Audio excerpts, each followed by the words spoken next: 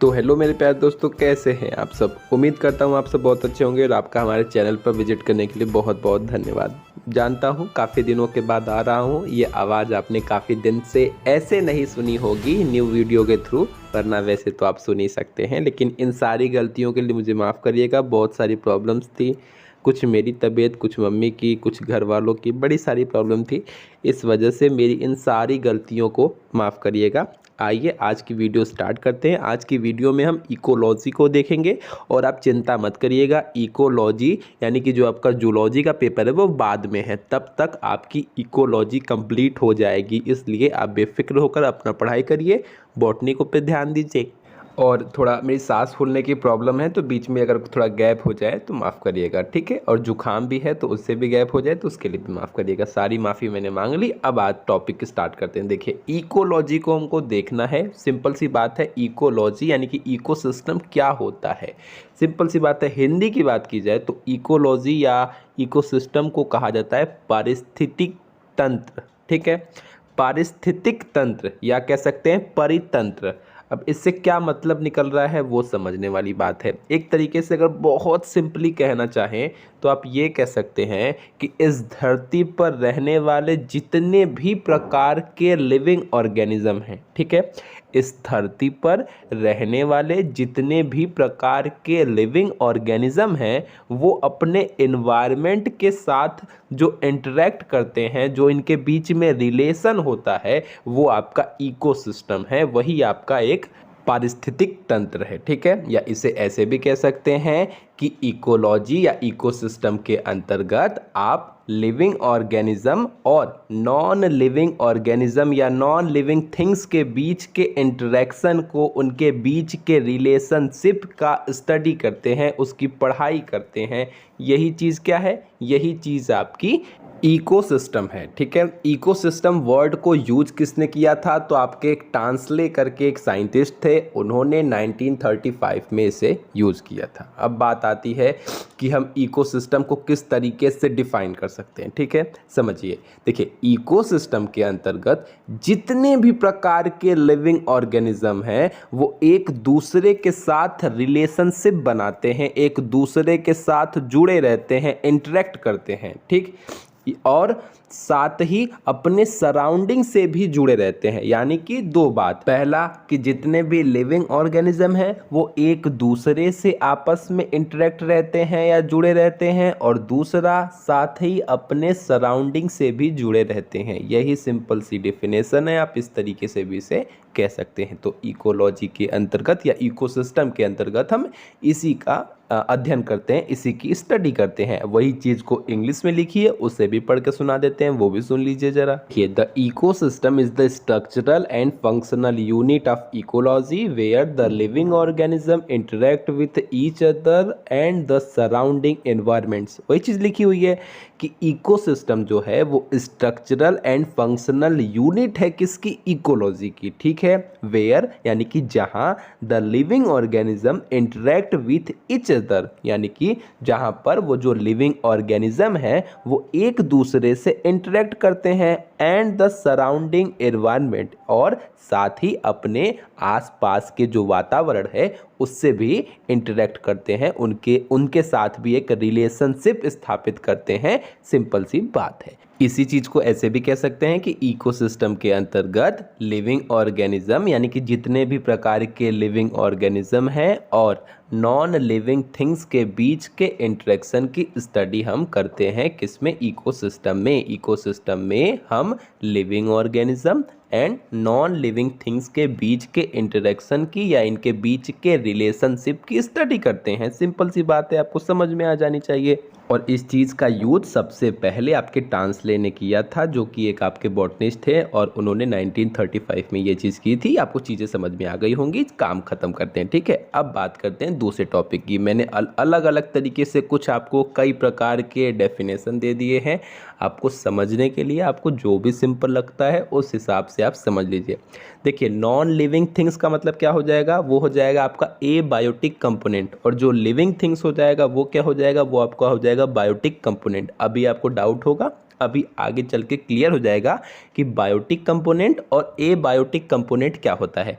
तब मैं उसके बेसिस पर भी आपको एक डेफिनेशन दूंगा ताकि आप और आसानी से समझ सकें। चलिए, अब ये हो गया डेफिनेशन। अब बात करते हैं टाइप्स ऑफ इकोसिस्टम की, यानी कि इकोसिस्टम कितने तरीके के हो सकते हैं। सिंपल सी बात है, अर्थ पे रह रहे हैं, दो तरीके का इकोसिस्टम, दो तरीके का पारिस्थितिक तंत्र हो सकता है। एक आपका टेरेस्ट्रियल, एक आपका एक्वेटिक। ठीक, यानी कि एक तो आपकी जो ज़मीन है, जो भूमि वाला क्षेत्र है, उसका एक अपना इकोसिस्टम हो सकता है, और जो आपका पानी में रहने वाले जीव हैं या जो भी लोग हैं, उसका एक अपना इकोसिस्टम हो सकता है। दो ही तरीके के इकोसिस्टम हो सकते हैं, एक आपके ज़मीन वाले यानी कि टेरेस्ट्रियल इकोसिस्टम, एक आपका एक्वेटिक इकोसिस्टम यानी कि पानी में रहने वाला इकोसिस्टम या पारिस्थितिक तंत्र। बहुत हिंदी बड़ी कठिन है इसकी, पारिस्थितिक तंत्र। ठीक है, दो तरीके के पारिस्थितिक तंत्र हो सकते हैं, एक आपके टेरेस्ट्रियल, एक आपके एक्वेटिक। आपको भी पता है। देखिए, अगर ज़्यादा समझने में प्रॉब्लम हो रही होगी ना, तो ऐसे समझिए, जो धरती पे रह रहे हैं यानी कि जो ज़मीन पर रह रहे हैं, उनका एक अपना एनवायरनमेंट होता है, एक उनकी अपनी सराउंडिंग होती है, और जो पानी में रह रहे हैं उनकी एक अपनी सराउंडिंग होती है। सिंपल सी बात है, जो धरती पे रह रहे हैं उनका एक अपना वातावरण, अपनी सराउंडिंग होती है। जो पानी में रह रहे हैं उनकी एक अपनी वातावरण और उनकी एक अपनी सराउंडिंग होती है। यही बात है, आप समझ जाएंगे। ठीक है, तो ये था आपका टाइप्स ऑफ इकोसिस्टम। दूसरी बात, जो आपका इकोसिस्टम है वो बहुत छोटा भी हो सकता है और बहुत बड़ा भी हो सकता है। ठीक है, यानी कि बहुत छोटा, जैसे रेगिस्तान में जो प्लांट होता है उसके आसपास का जो इकोसिस्टम होता है वो बहुत सीमित क्षेत्र में रहता है। ठीक है, उसके आसपास की एक लिमिटेड रेंज में ही पानी का वो सर्कुलेशन होता है, वो जहाँ से पानी को ग्रहण कर सकता है। तो वो क्या हो गया, वो लिमिटेड क्षेत्र का उनका इकोसिस्टम हो गया। और आपका जो एक इकोसिस्टम है वो बड़ा भी हो सकता है, वो समुद्र के जैसा बहुत विशाल हो सकता है, बहुत बड़ा भी हो सकता है। तो ये मानसिकता भी क्लियर रखिएगा कि इकोसिस्टम छोटे भी हो सकते हैं, बहुत छोटे भी हो सकते हैं और बहुत बड़े भी हो सकते हैं। ये इतनी मानसिकता क्लियर रखिएगा। अब मैं आपको टेरेस्ट्रियल इकोसिस्टम के कुछ एग्जाम्पल दे देता हूँ, माइंड क्लियर हो जाएगा। एक्वेटिक इकोसिस्टम के कुछ एग्जाम्पल देता हूँ, माइंड क्लियर हो जाएगा। देखिए, दोनों ही प्रकार के इकोसिस्टम में आपको एनर्जी का एक ही सोर्स है, पृथ्वी पर एक ही सोर्स है जो अनलिमिटेड है, नाम है सूरज। आपको भी पता होगा कि सूर्य ही है जिनसे हमें एनर्जी की प्राप्ति होती है, वही एक इकलौता सोर्स है जो ख़त्म नहीं होने वाला है। वैसे तो आजकल इसके ऊपर भी बात चल रही है कि हाँ, इतने हजार करोड़ वर्ष बाद ये ख़त्म हो जाएगा, पर ठीक है, अभी के लिए आप यही समझिए कि जो नहीं ख़त्म होने वाला है। तो सूरज एक इकलौता आपका पृथ्वी पे आपका ऐसा एनर्जी का सोर्स है जो ख़त्म नहीं होगा। ठीक है, सिंपल सी बात है। तो उसी चीज़ों को देख लीजिए। सबसे पहले बात करते हैं टेरेस्ट्रियल इकोसिस्टम की। ठीक है, तो उसको भी देख लीजिए, उसमें भी कुछ खास नहीं है। तो उसमें आपका हो जाएगा फॉरेस्ट इकोसिस्टम। ठीक है, टेरेस्ट्रियल की बात करते हैं यानी कि ज़मीन वाले की बात कर रहे हैं, तो आपको जैसे फॉरेस्ट इकोसिस्टम हो गया, वहाँ पे क्या होता है, वहाँ पे उसका एक अपना इकोसिस्टम होता है। वहाँ पे प्लांट्स होते हैं, वहाँ पे बहुत सारे एनिमल्स होते हैं, बहुत सारे माइक्रो ऑर्गेनिज्म होते हैं जो वहाँ के एबायोटिक कंपोनेंट यानी कि नॉन लिविंग थिंग्स के साथ इंटरेक्ट करके अपने जीवन को व्यतीत कर रहे हैं, अपने आप को बनाए रख रहे हैं। ऊपर से ये जो फॉरेस्ट वाला इकोसिस्टम है ये आपके एटमॉस्फेयर में गैसेस को मेंटेन करने में हेल्प करता है, साथ ही आपके टेम्परेचर को मेंटेन करने में हेल्प करता है। तो ये सब क्या कर रहा है, ये सब इकोसिस्टम को बैलेंस करने का ही काम कर रहा है ना, तो वही चीज़ है। और साथ ही साथ जो वहाँ पे जीव रह रहे हैं उनके साथ इंटरेक्ट भी कर रहा है। ठीक, तो जो जीव हैं वो क्या हो गए, वो आपके लिविंग ऑर्गेनिज्म हो गए। और जो वहाँ के जो नॉन लिविंग थिंग्स हैं, नॉन लिविंग थिंग्स उनके साथ किस तरीके से देखिए यहाँ पे वो कंबाइन होकर रह रहे हैं। जैसे पेड़ के द्वारा जो ऑक्सीजन रिलीज किया जा रहा है वो आपका क्या हो गया, वो आपका एबायोटिक फैक्टर हो गया। लेकिन एबायोटिक यानी कि निर्जीव है, यानी कि नॉन लिविंग है, लेकिन फिर भी वो उस जीव के लिए काफ़ी ज़रूरी है, उसी के भरोसे वो जी रहा है। यानी कि वो एक दूसरे से इंटरेक्ट हैं, एक दूसरे से जुड़े हुए हैं, एक दूसरे के ऊपर डिपेंडेंट है। सबसे बढ़िया वर्ड एक दूसरे के ऊपर डिपेंडेंट हैं। तो अब मेरे ख्याल से आपको चीज़ें समझ में आ गई होगी, मुझे ज़्यादा एक्सप्लेन करने की ज़रूरत नहीं है, ये उतना इम्पॉर्टेंट नहीं है। बात आएगी जब टाइप्स ऑफ कंपोनेंट की, तो वहाँ पे जब हम बायोटिक और एबायोटिक फैक्टर देखेंगे, वहाँ पे आपका इंपॉर्टेंट पॉइंट है जो पेपर में पूछा जाता है, तो इस पे हम उतना ध्यान नहीं देंगे। लेकिन फिर भी आपको समझ ना आएगा तो मेरे को बोलिएगा, मैं आपको बता दूंगा, ठीक है। देखिए, तो ये आपका फॉरेस्ट इकोसिस्टम हो गया, आपका डेजर्ट का अपना इकोसिस्टम होता है जहाँ पे बारिश बहुत कम होती है, दिन में गर्मी, रात में ठंडी, तो उसका एक अपना इकोसिस्टम है, उसका एक अपना सराउंडिंग है, उसका एक अपना एनवायरनमेंट है, जो भी कह लीजिए, ठीक है। तो अब बात करते हैं एक्वेटिक की। एक्वेटिक में क्या होता है, जैसे फ्रेश वाटर का अपना इकोसिस्टम है, ठीक है, कोई ताज़ा पानी वाला कोई आपका एरिया है, कोई आपका लेक है या कोई आपका झील है, जो भी मान लीजिए ताज़े पानी वाला, तो उसका एक अपना इकोसिस्टम होता है। और कोई आपका मैराइन वाटर है, उसका एक अपना इकोसिस्टम होता है। तो यही चीज़ तो मैं आपको समझा रहा हूँ, आप समझ क्यों नहीं रहे, समझिए। दूसरी बात करते हैं, ये चीज़ तो ख़त्म हो गई। ये क्या था, ये था आपका टाइप्स ऑफ इकोसिस्टम, जहाँ पे आपने डाला कि दो तरीके के होते हैं, एक आपका टेरेस्ट्रियल, एक आपका एक्वेटिक। अब बात करते हैं कि कंपोनेंट ऑफ इकोसिस्टम क्या होता है। तो देखिए, ये भी बहुत सिंपल सी चीज़ है, दो तरीके के होते हैं, एक आपके एबायोटिक कंपोनेंट, एक आपका बायोटिक कंपोनेंट, ठीक है। एबायोटिक को कहते हैं अजैविक, कंपोनेंट को क्या कहते हैं हिंदी में, घटक, ठीक है, अजैविक घटक। और जो आपका बायोटिक है वो हो गया जैविक घटक, ठीक है। अगर आपको जरा सा भी नॉलेज होगी तो आप बात समझ रहे होंगे कि जब बायो वर्ड जुड़ता है तो हम समझ जाते हैं कि जीवन से संबंधित बात हो रही है, ठीक है। और ए बायो जुड़ जाए तो जीवन से संबंधित बात नहीं हो रही है, ठीक है, अजैविक हो गया, अजैविक। तो वैसे ही जब बायोटिक की बात करते हैं, यानी कि नॉन लिविंग ऑर्गेनिज्म, ठीक है, सही कह रहा है ना, हामी भरिए। जब बायोटिक की बात कर रहे हैं तो इसका मतलब कि जीवित इंसान, जीवित ऑर्गेनिज्म, यानी कि लिविंग ऑर्गेनिज्म। ऐसे ही आप मेरे को फॉलो करते हुए ना चलिए, वो तो मैं आपको चेक कर रहा था, माफ़ करिएगा ना, मजाक नहीं उड़ा। वैसे भी मैं क्या मजाक उड़ाऊंगा, ज़िंदगी मजाक उड़ा के बैठी हुई है, अब कितना मजाक उड़ाऊंगा। तो सिंपल सा कहने का सेंस ये है कि बायोटिक का मतलब होता है लिविंग थिंग्स या लिविंग ऑर्गेनिज्म, और जो आपका ए बायोटिक है वो आपका नॉन लिविंग थिंग्स हो जाएगा, ठीक है। इसे किस तरीके से क्लासिफाइड किया है वो देखते ही आपकी आधी डाउट तो वहीं ख़त्म हो जाएगी। आइए मैं आपको बता रहा हूँ। और हाँ, देखिए, वीडियो पसंद आएगी तो लाइक शेयर सब्सक्राइब करिएगा, क्योंकि मैं हूँ आपका प्यारा दुलारा सनी। आप माने या ना माने, हम ऐसा कहते रहेंगे, ठीक है। तो इसलिए अगर वीडियो पसंद आती है और आपको मैं लगता हूँ कि इस लायक हूँ कि आप मुझे किसी दूसरे को भेज सकते हैं, तो ज़रूर भेजिएगा, ठीक है। आइए देखिए, तो अब आपको भी पता है दो तरीके के होते हैं, जो आपके कंपोनेंट ऑफ इकोसिस्टम है वो दो तरीके के होते हैं, एक आपका एबायोटिक, एक आपका बायोटिक। बायोटिक का मतलब लिविंग ऑर्गेनिज्म या लिविंग थिंग्स, और जो आपका एबायोटिक हो गया वो आपका हो जाएगा नॉन लिविंग थिंग्स या नॉन लिविंग कंपोनेंट। अब देखिए, तो जो आपका बायोटिक कंपोनेंट है इसको तीन पार्ट्स में डिवाइड किया गया है, एक आपका प्रोड्यूसर, दूसरा कंज्यूमर और तीसरा डीकम्पोजर, ठीक है। एक आपका प्रोड्यूसर यानी कि पैदा करने वाला, दूसरा आपका कंज्यूमर, तीसरा आपका डीकम्पोजर, ठीक। अब जरा समझिएगा कि क्या क्या है। प्रोड्यूसर को तो कुछ नहीं बांटा गया है, कंज्यूमर को जरा सा और क्लासिफाइड किया गया है। कंज्यूमर तीन तरीके के होते हैं, कहीं कहीं पे आपको चार तरीके के भी मिल जाएंगे, कोई बड़ी बात नहीं है। चौथा तरीका ये हो जाता है कि इन सभी को जो खाने वाले होते हैं वही आपके चौथे में आ जाते हैं, तो हम उसे थर्ड में रखेंगे, ठीक है। उसमें कोई खास फर्क नहीं पड़ता है, आपकी किताबों में भी ऐसे ही तीन तरीकों में ही दिया हुआ होगा। सुनिए, कंज्यूमर आपके तीन प्रकार के होते हैं, एक आपके प्राइमरी कंज्यूमर, एक आपके सेकेंडरी कंज्यूमर और एक आपके टर्सरी कंज्यूमर, ठीक है। अब क्या होते हैं वो चीज़ें आपको अभी बता दी जाएगी। और तीसरा होता है आपका डीकम्पोजर, इसको भी कोई क्लासिफाइड नहीं किया गया है। अब जरा सा एबायोटिक कंपोनेंट देख लीजिए, इसको तीन तरीके से बांटा गया है। आप चाहे तो नहीं भी बांट सकते हैं, आप नॉर्मली लिख सकते हैं, लेकिन आप बांट देंगे तो और थोड़ा टॉपिक लंबा हो जाएगा। ये सब आपको लॉन्ग करने का तरीका है कि इस तरीके से भी आप पहले लिख दें, उसके बाद इन तरीकों को बारी बारी एक एक टॉपिक को एक्सप्लेन कर दें, तो ऐसे ये चीज़ें और लॉन्ग हो जाती है। और कोई बात नहीं है, आप चाहे तो नॉर्मली भी कर सकते हैं, लेकिन ऐसे चीज़ें बहुत जल्दी आपको पेज भरने में हेल्प करती हैं, ठीक है। ये एक तरीके की लिखने की आप कह सकते हैं एक सिंपल और बहुत खूबसूरत अदा है, ठीक। उससे आपका पेज बहुत अच्छे तरीके से फिल होता है, देखने में भी अच्छा लगता है।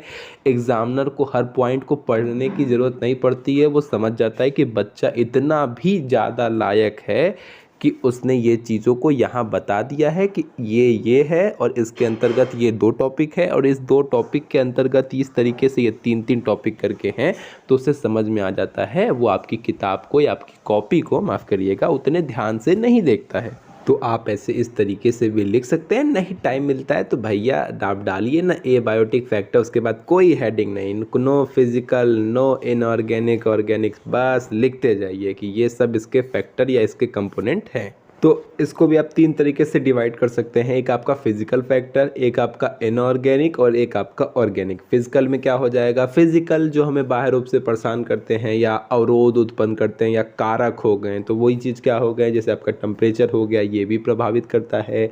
ह्यूमिडिटी हो गई, लाइट हो गई, एटमॉस्फेयर हो गया, प्रेशर हो गया, ये सब क्या है, ये सब आपके फिजिकल फैक्टर हैं। इनऑर्गेनिक में water, oxygen, carbon dioxide, nitrogen, ये सब चीज़ें हो गए।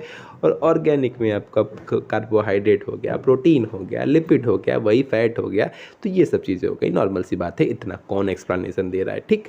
तो अब जरा सा इतना ध्यान दीजिएगा, पेपर में पूछने का तरीका यही है कि आपका इकोसिस्टम क्या होता है और साथ ही साथ इकोसिस्टम के कंपोनेंट के बारे में बताइए, या साफ साफ ये भी कह देता है कि ए बायोटिक कंपोनेंट के बारे में बताइए या बायोटिक कंपोनेंट के बारे में बताइए। पर्टिकुलर एक भी पूछ सकता है कि बायोटिक कंपोनेंट के बारे में बताइए या ए बायोटिक कंपोनेंट के बारे में बताइए। और अगर ये ही पूछ दिया कि कंपोनेंट ऑफ इकोसिस्टम, तो बात ही खत्म, तब तो आपको दोनों ही बताना पड़ेगा।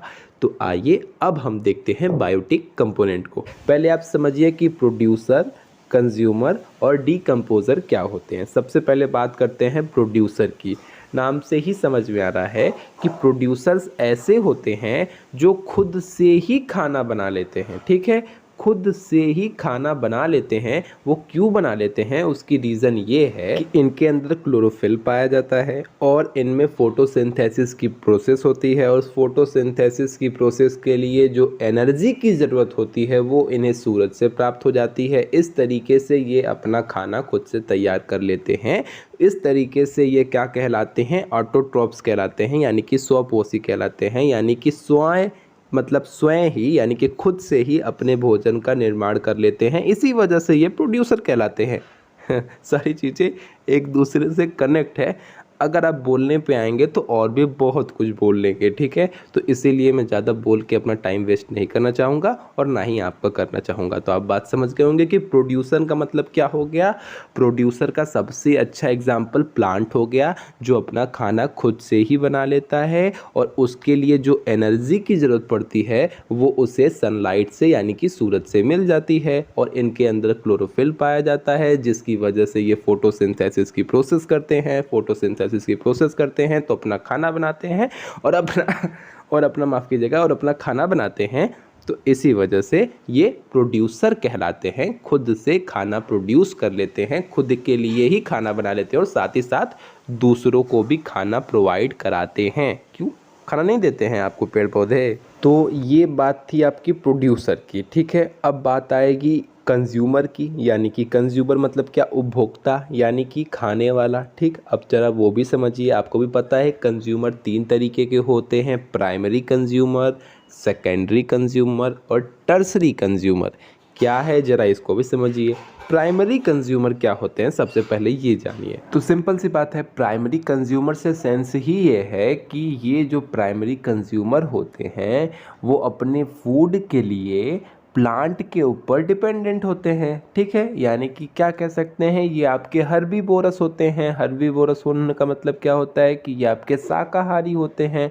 तो जो आपके प्राइमरी कंज्यूमर हैं वो शाकाहारी होते हैं और अपने फूड के लिए प्लांट के ऊपर या प्रोड्यूसर्स के ऊपर डिपेंड होते हैं। क्यों कह रहा हूँ मैं प्रोड्यूसर, क्योंकि आपको पता है कि प्रोड्यूसर क्या है, प्रोड्यूसर आपके प्लांट्स ही हैं, यानी कि ऑटोट्रॉप्स हैं, जो स्वयं ही अपने फूड का फॉर्मेशन कर लेते हैं, स्वयं ही अपने खाने का निर्माण कर लेते हैं और उसी से आपका ये जो प्राइमरी कंज्यूमर है वो खाना प्राप्त करता है। इसी वजह से प्राइमरी कंज्यूमर शाकाहारी ऑर्गेनिज्म होते हैं, शाकाहारी जीव होते हैं, यही मैं कह सकता हूँ। आप बात समझ गए होंगे।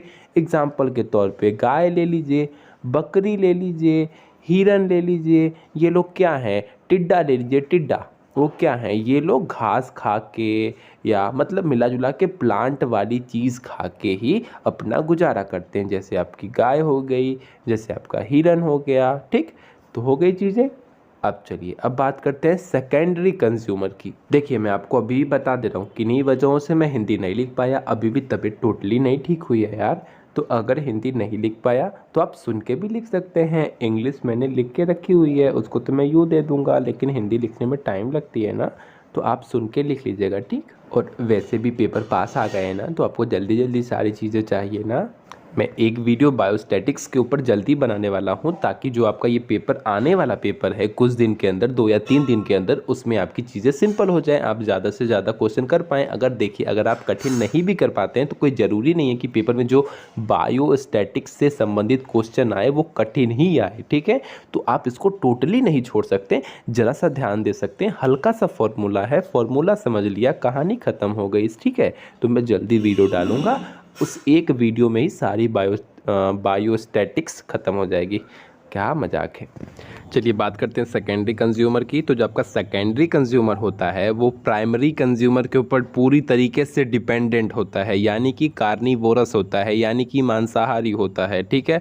या कह सकते हैं मांसाहारी और शाकाहारी दोनों तरीके का होता है, ठीक है। इस तरीके की भी श्रेणी में रख सकते हैं, क्योंकि ये अपने फूड के लिए प्राइमरी कंज्यूमर के ऊपर डिपेंडेंट होते हैं, उन्हीं को खाकर ये अपना पेट भरते हैं, इसी वजह से ये मांसाहारी होते हैं। एग्जाम्पल के तौर पे लॉयन हो गया, टाइगर हो गया, ये सब क्या हो गए, आपका फ्रॉग हो गया। फ्रॉग कैसे हो गया, मान लीजिए जो आपका प्राइमरी कंज्यूमर है यानी कि जो आपका टिड्डा है उसको आपका फ्रॉग खाता है, तो इस तरीके से फ्रॉग क्या हो गया, सेकेंडरी कंज्यूमर। प्राइमरी कंज्यूमर टिड्डा कैसे हो गया, क्योंकि टिड्डा जो है वो प्लांट को खा के यानी कि घास को खाकर या पत्तियों को खाकर रहता है, और इस टिड्डे को कौन खाता है, आपका फ्रॉग खा लेता है। वैसे ही आपका हिरन को लेके है, आपका जो हिरन है वो घास फूस खा के जिया, अब उस हिरन को अगर शेर खा लिया तो क्या हो गया, वो सेकेंडरी कंज्यूमर हो गया। और जो आपका हिरन है वो प्राइमरी कंज्यूमर है। मान लीजिए गाय है, उसको भी शेर खा सकता है, भैंस है उसको भी शेर खा सकता है। तो जो आपकी भैंस है वो घास फूस खा के रहती है, तो वो प्राइमरी हो गई, और ये लोग क्या हो गए, सेकेंडरी हो गए, क्योंकि ये इनको खाकर जीवित रह रहे हैं। तो इस तरीके से जो सेकेंडरी कंज्यूमर होते हैं वो आपके क्या होते हैं, कार्निवोरस होते हैं, मांसाहारी होते हैं। बात खत्म। एग्जाम्पल भी दे दिया, कुछ जीव के एग्जाम्पल दे दिए, समझ में आ गया होगा। तीसरा है टर्सरी कंज्यूमर। इसका सिर्फ थोड़ा सा लाइन चेंज हो जाएगी। टर्सरी कंज्यूमर में क्या हो जाता है कि ये अपने फूड के लिए सेकेंडरी कंज्यूमर के ऊपर डिपेंडेंट होते हैं, या सेकेंडरी कंज्यूमर को खाकर ये अपना फूड का जो भी ज़रूरत है उसको कंप्लीट करते हैं, ठीक है। यानी कि टर्सरी कंज्यूमर सेकेंडरी कंज्यूमर को खाकर अपने फूड के जो क्या कर सकते हैं, कमी है उसको कंप्लीट कर सकते हैं, अपना पेट भर सकते हैं या पेट भरते हैं। अब टर्सरी कंज्यूमर के क्या एग्जांपल हो जाएंगे, आपका ईगल हो गया, ईगल आपने देखा होगा वो हो सकता है। उसके अलावा आपका स्नेक हो गया, स्नेक आपका टर्सरी कंज्यूमर हो सकता है। कैसे हो सकता है वो समझिए, जैसे आपका ये जो टिड्डा है उसको आपके फ्रॉग ने खाया, फ्रॉग आपका सेकेंडरी कंज्यूमर है। अब इस सेकेंडरी कंज्यूमर को सांप ने खाया, जो कि थर्ड वाला हो जाएगा, यानी कि टर्सरी कंज्यूमर हो जाएगा। क्यों, क्योंकि टर्सरी कंज्यूमर में उनको रखा गया है जो आपके सेकेंडरी कंज्यूमर को खा रहे हैं। तो जो आपका स्नेक है उसने अगर फ्रॉग को खाया तो वो क्या हो गया, वो टर्सरी कंज्यूमर के अंतर्गत आ गया। उसी तरीके से आप इंसानों को भी इसमें रख सकते हैं। क्यों रख सकते हैं, क्योंकि इंसान आपका कार्निवोरस ना हो के ओमनीवोरस होता है या ओमनीवोर होता है। उसकी वजह ये है कि ये मांसाहारी और शाकाहारी दोनों तरीके के होते हैं, यानी कि ये अपने फूड के लिए प्लांट्स के ऊपर भी डिपेंडेंट होते हैं, अपने फूड के लिए आपके मांसाहारी जीवों के ऊपर या लिविंग ऑर्गेनिज्म के ऊपर भी डिपेंडेंट होते हैं। तो इस वजह से जो आपका ह्यूमन है वो आपका टर्सरी कंज्यूमर में आएगा, क्योंकि ये दोनों तरीके के चीज़ों में डिपेंडेंट होता है या दोनों तरीके की चीज़ों से अपने लिए फूड की प्राप्ति करता है। सिंपल सी बात है, आप बात समझ गए होंगे। तो ये था आपके कंज्यूमर। अब बात करते हैं डीकम्पोजर की, वो भी आप बहुत आसानी समझ जाएंगे। डीकम्पोजर का मतलब हो गया कि जो आपके बैक्टीरिया हैं, वायरस हैं, वो जो भी आपके जीव हैं या प्लांट हैं, समझिए जो भी आपके लिविंग ऑर्गेनिज्म हैं जो मर गए हैं, तो उनको डीकम्पोज करने का, उनको सड़ाने गलाने का काम आपके कौन करते हैं, डीकम्पोजर्स कहते हैं। इसके एग्जाम्पल क्या हो गए आपको पता ही है, वायरस हो गया, बैक्टीरिया हो गया, यानी कि बहुत सारे ऐसे सूक्ष्म जीव होते हैं जो माइक्रो ऑर्गेनिज्म होते हैं, जो किसी भी लिविंग ऑर्गेनिज्म को, या ये कहना सही होगा कि किसी भी डेड ऑर्गेनिज्म को, ठीक है, मरे हुए जीव को डीकम्पोज करने में, उनको सड़ाने गलाने में, उनको अपघटित करने में हेल्प करता है। इस तरीके से सड़ा गला के वो क्या करता है, वापस से उसको उसी एनवायरनमेंट में मिला देता है, उसी मिट्टी में विलीन कर देता है, उसकी कहानी को ख़त्म कर देता है। इस वजह से डीकम्पोजर्स भी ज़रूरी पार्ट हैं इकोसिस्टम के। तो बस आज के लिए इतना ही। अगली वीडियो में हम अगली टॉपिक्स को देखेंगे। देखिए, एक बात क्लियर कर लीजिए यहीं पर कि आपको अगली वीडियो में एबायोटिक फैक्टर बताया जाएगा। इस चीज़ को थोड़ा सा रिवाइज भी करा दूंगा, चीज़ें आपको समझ में आ जाएंगी। बहुत चीज़ें आसान हैं, आसानी से आप सुनकर लिख भी सकते हैं, कोई ऐसी कठिन बात नहीं है। सो अपना काम स्टार्ट करिए, आपको जल्दी जल्दी वीडियोज़ मिलती रहेंगी। वीडियो पसंद आएगी तो लाइक शेयर सब्सक्राइब करिएगा। Ta-ta bye bye.